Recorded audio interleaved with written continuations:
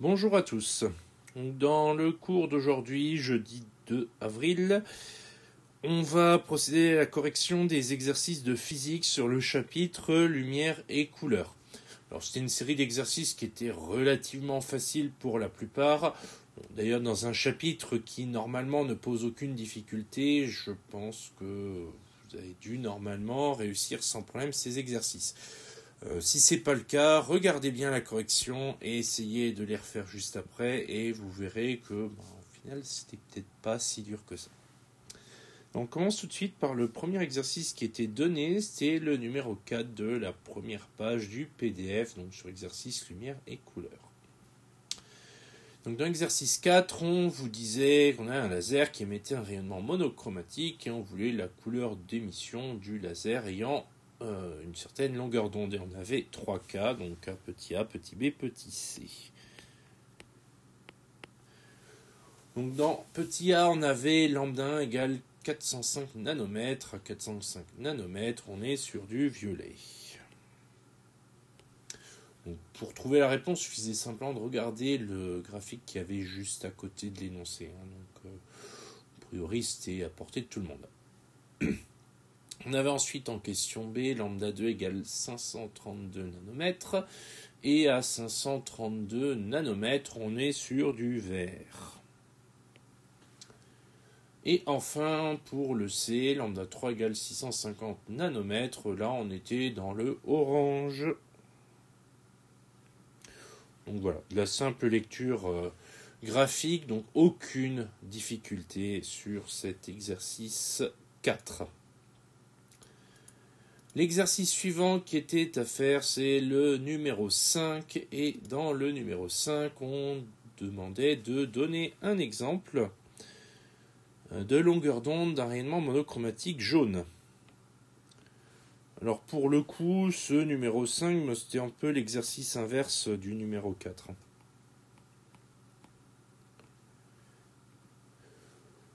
Donc là, il fallait partir du jaune, donner une longueur d'onde. Alors si on prenait 590 par exemple, ça marchait. Donc on pouvait utiliser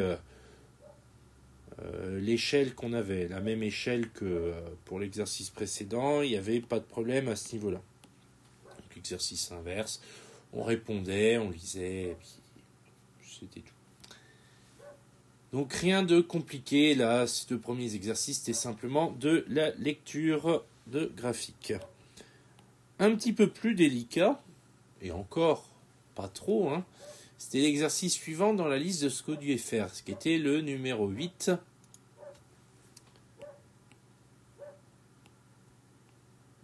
Numéro 8 qui était en page 2.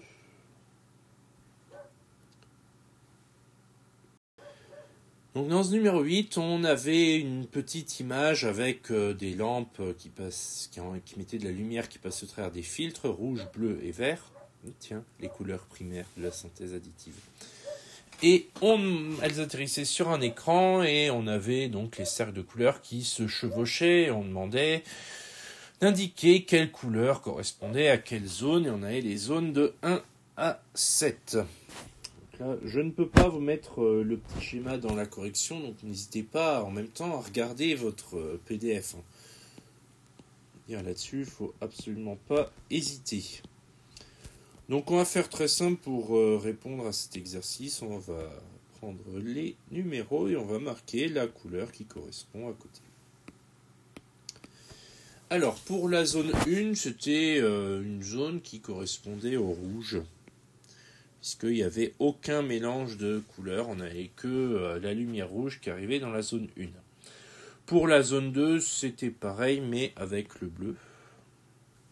Et pour la zone 3, même histoire, mais avec le vert.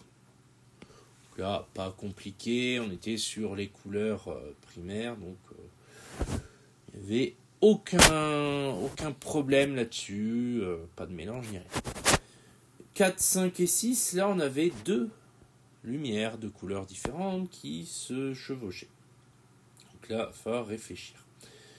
Pour le 4, c'était le rouge et le bleu. Le rouge et le bleu, eh bien, ça nous donne du magenta. Pourquoi ? Tout simplement parce que là, on est dans une synthèse additive. On mélange des couleurs, donc synthèse additive. Donc on applique les règles de la synthèse additive. Le 5, là on avait le bleu et le vert, et le bleu plus le vert en synthèse additive, ça nous donne du cyan. Pour le 6, c'était du vert et du rouge, et là, dans ce cas-là, ça donne du jaune. Quant au 7, là, il y avait tout en même temps. Et tout en même temps, c'est donc du blanc, puisque toutes les couleurs en même temps, on mélange tout ensemble en synthèse additive, ça donne la lumière blanche. Donc voilà pour cet exercice qui est une application en fait directe de la synthèse additive. Donc celui-là, je vous encouragerai à bien prendre en note tout ça et bien faire correspondre ça avec le point à retenir sur la synthèse additive. On continue avec l'exercice numéro 11.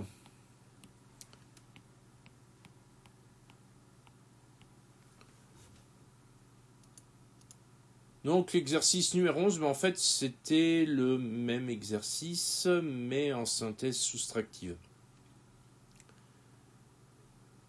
Donc il va falloir se poser la question et répondre un peu de la même façon que ce qu'on vient de faire, mais cette fois-ci avec règles de synthèse soustractive. Donc on va faire pareil, on va présenter de la même façon. Donc on avait cette zone, pareil.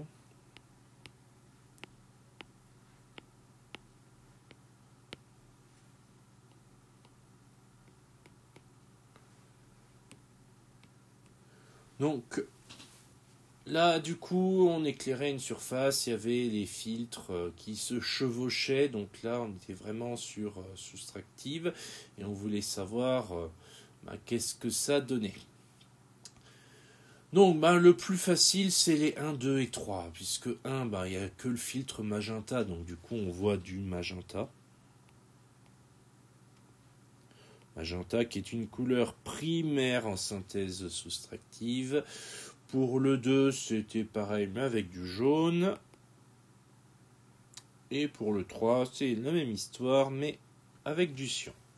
Donc là, les plus faciles.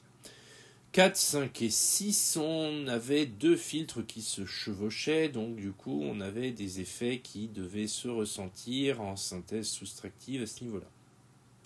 Donc le 4, on était sur du magenta plus du jaune.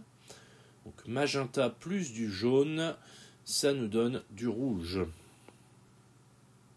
Le rouge qui est une couleur secondaire en synthèse soustractive. Ensuite, zone numéro 5, on avait du jaune et du cyan. Jaune et cyan, ça donne du vert en synthèse soustractive, donc couleur secondaire, puisqu'on mélange deux choses en même temps. Et pour 6, c'était le magenta et le cyan. Et là, ça nous donne donc le bleu. Et enfin, le 7, là, on mélange tout ensemble. Et du coup, si on mélange tout ensemble, en synthèse soustractive, on obtient du noir, puisque plus rien ne passe. Donc voilà pour cet exercice sur la synthèse soustractive. Donc, encore une fois, très intéressant à mettre en parallèle avec le point à retenir.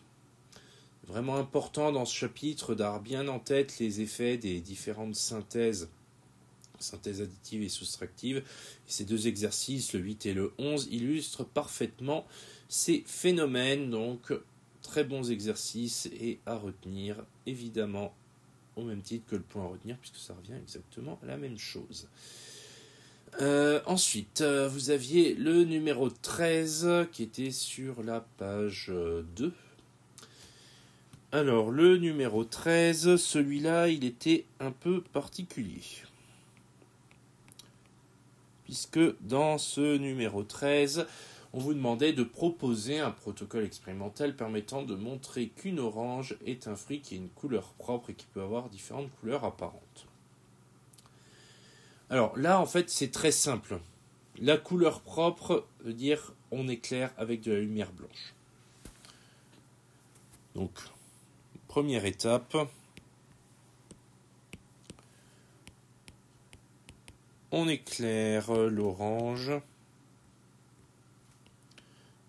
avec de la lumière blanche. Ça, c'est la première étape de notre protocole et on va en avoir une deuxième, un peu en dessous, puisqu'il va falloir maintenant dire comment on fait, comment on vérifie que l'orange a plusieurs couleurs apparentes. Donc, la deuxième étape, c'est on éclaire l'orange avec différentes lumières colorées.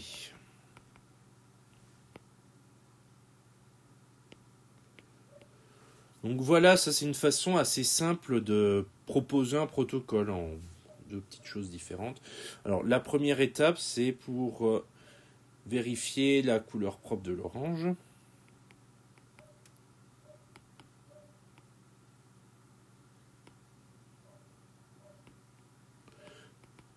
Parce que je vous rappelle que la couleur propre, c'est la couleur qu'on observe quand on éclaire avec de la lumière blanche. Donc là, c'est ce qui était attendu. Et avec les lumières colorées, c'est vérifier les couleurs apparentes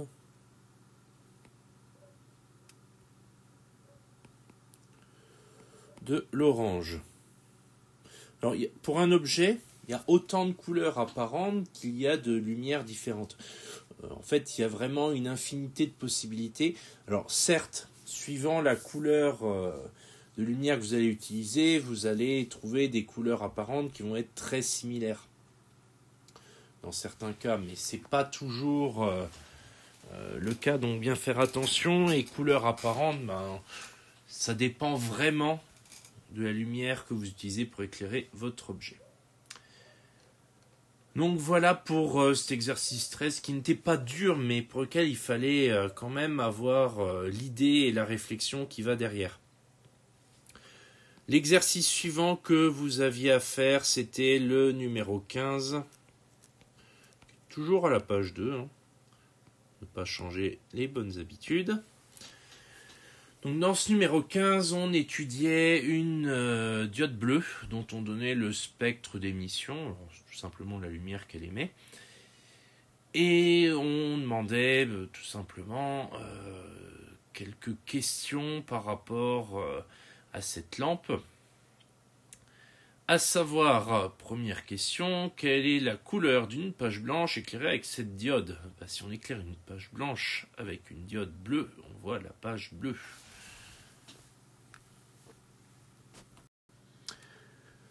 Donc ensuite, si on éclairait une page magenta avec cette diode bleue, le magenta, si on regarde le spectre de notre diode bleue, il est dedans.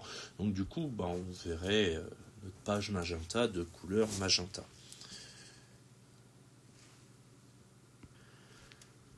Et enfin, si on éclairait une page jaune cette fois-ci avec cette lampe bleue, là le jaune, il n'y a pas trop de jaune dans cette diode, dans le spectre de la diode bleue, donc du coup ça ferait du noir.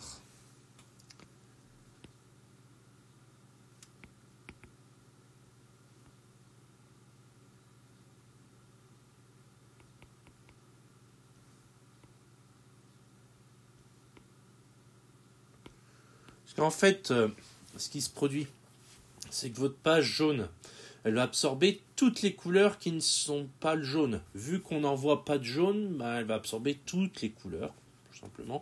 Et du coup, nous, on la verrait noire, puisque s'il absorbe tout, sans exception, elle réémet rien. Et si elle réémet rien en lumière, il n'y a pas de lumière, donc c'est noir. Donc voilà pour les observations. Alors, en question 2, si on regarde cette diode à travers un filtre magenta, on la voit magenta, un peu le même principe. À travers un filtre jaune, on la verrait noire. Donc voilà, si on observe cette diode à travers un filtre magenta, on la verrait couleur magenta, et à travers un filtre jaune, on la verrait noire.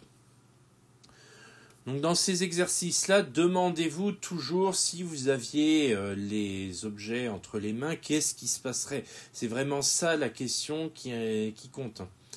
Il n'y a pas de piège dessus, c'est vraiment de la logique pure. Si vous avez compris comment ça marche, les mélanges de couleurs, tout ce qui est synthèse, il n'y a aucun problème là-dessus. C'est uniquement de la logique et de la bonne interprétation. Il y avait le problème 18 qui, pour le coup, était le gros morceau de cette salve d'exercice. On était face à un problème, qui plus est un problème de démarche scientifique. Donc on va voir ça ensemble.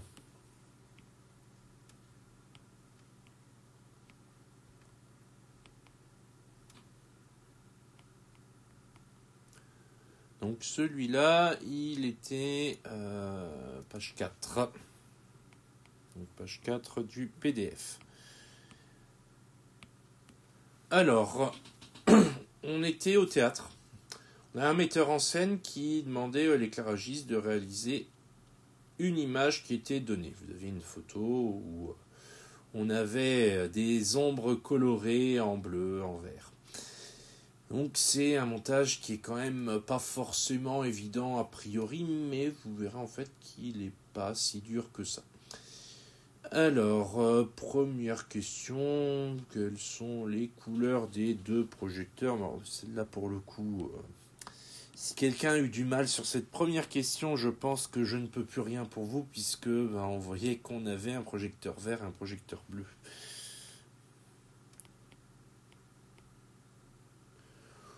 Donc, a priori, les réponses. Alors, on est dans un problème, donc on va faire une phrase. Donc voilà, les couleurs des deux projecteurs sont vert et bleu. Très simple. Ensuite, question 2. Alors là encore, elle n'était pas très dur, parce qu'il suffit de regarder la photo toujours. Quelles sont les couleurs obtenues sur l'écran blanc? Eh bien, on obtient du vert, du bleu et du cyan aussi. Mélange du vert et du bleu. Donc avec une belle phrase. Donc sur écran blanc, on obtient du vert, du bleu et du cyan. Donc, encore une fois, une question qui n'est pas dure du tout. Alors, réalisez, faites un schéma de l'expérience sachant que vous disposez du matériel suivant, 2 projecteurs à miroir sur une source lumineuse 12 volts, un filtre opaque, un filtre vert, un filtre bleu, un générateur 12 volts, un écran blanc et un cylindre. Donc là, il faut réussir à faire un schéma avec ce que vous avez sur la photo. Donc c'est parti. On va faire ça de façon plutôt simple. Donc on va commencer par la partie électrique. Donc là, on a le générateur à 12 volts.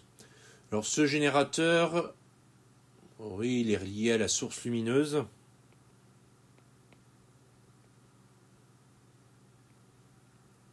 Bien entendu, les schémas électriques, on essaye de les faire le plus droit possible. Donc, pas forcément comme moi.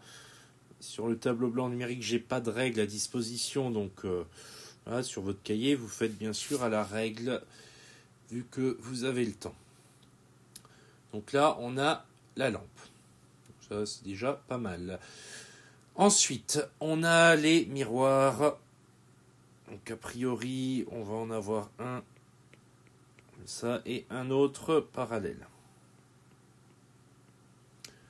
On va avoir un espèce de cache devant pour éviter que la lampe mette tout et on va avoir les filtres. Donc le filtre opaque, ça serait la zone devant, là, celle que je suis en train de faire en noir épais. On va le faire en noir très épais. Voilà.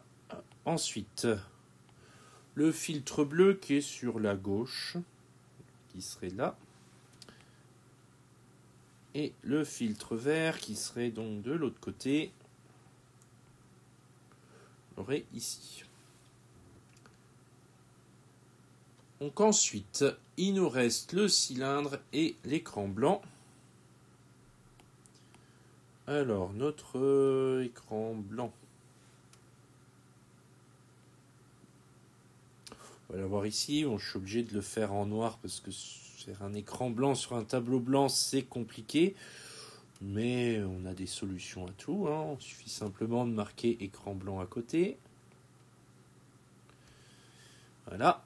Et il reste le cylindre. Donc, le cylindre, a priori, il serait ici. Donc voilà, j'ai fait un schéma de l'expérience. J'ai utilisé les symboles normalisés d'électricité que l'on connaît. Après, pour le reste, symbole des miroirs, comme ceci. Ça, c'est pareil, c'est normalisé. Pour le reste, j'ai adapté pour que ce soit compréhensible.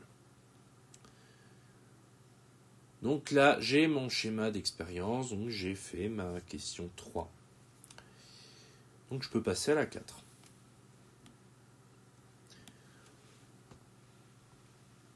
Dans la question 4, on nous demande comment appelle-t-on le phénomène optique permettant d'obtenir une nouvelle couleur avec deux autres. Alors on est phénomène optique, donc mélange de lumière. Donc là, c'est une synthèse additive.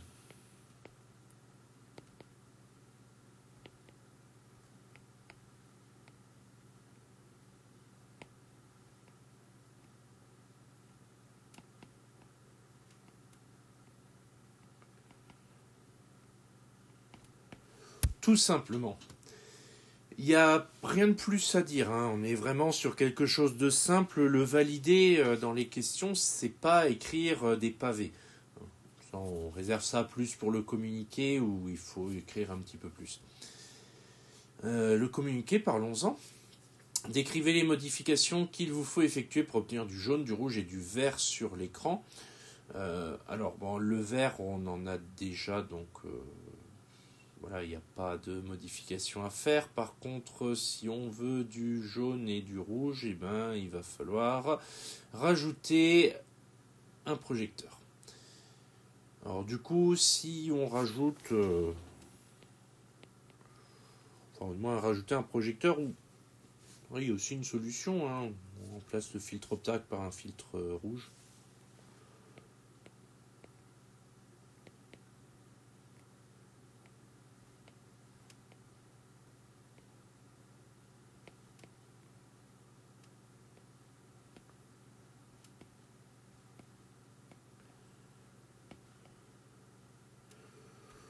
Donc voilà, je prends cette solution-là, remplacer le filtre opaque par un filtre rouge. On aurait pu rajouter un projecteur rouge.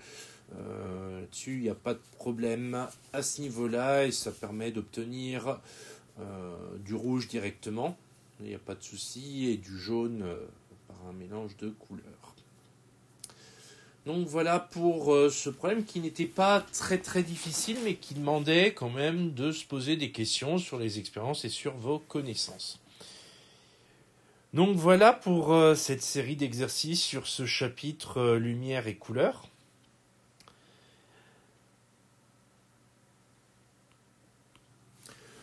Donc on va terminer cette vidéo court aujourd'hui par un petit bilan de tout ça. Donc vous l'avez vu à travers ces exercices, le chapitre lumière et couleur est un chapitre qui est très accessible. Par accessible, je serais limite tenté de dire facile. Alors, peut-être pas forcément pour tout le monde. Si ça vous paraît dur, ne paniquez pas, vous n'êtes pas anormal, ça peut arriver. Par contre, ça reste accessible dans le sens où il n'y a pas de gros calculs, pas de grosses difficultés, c'est surtout du raisonnement, de la réflexion par rapport à des choses concrètes.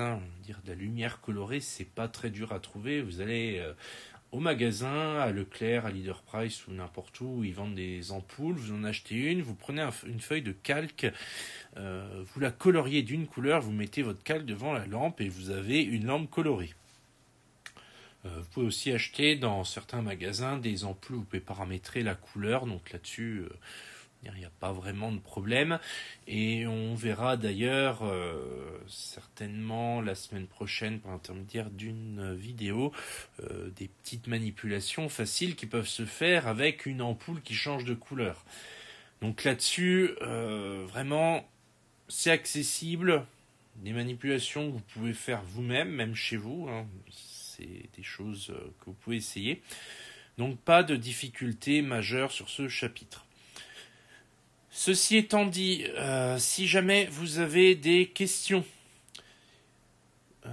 on peut y répondre, enfin je peux y répondre tout de suite après cette vidéo. Alors je vous l'ai dit, dans le planning, la condition pour qu'il y ait une vidéo en direct, c'est d'avoir des questions. Donc là, soit vous m'en avez envoyé et dans ce cas-là, on se retrouve immédiatement pour un direct question-réponse. Soit vous m'avez pas donné de signe de vie, il n'y a pas eu de questions, donc dans ce cas-là, on s'arrête là pour aujourd'hui. Pour le savoir, regardez simplement la chaîne YouTube. S'il y a un direct qui est paramétré, c'est qu'il y a la séance de questions-réponses. S'il n'y en a pas, c'est tout simplement que vous n'avez pas posé de questions et que donc vous avez parfaitement compris ce chapitre. Ce qui est parfait puisque le DS Lumière et Couleur sera à faire courant de semaine prochaine. Pour ça, je vous inviterai à regarder le planning qui arrivera dans les prochaines heures.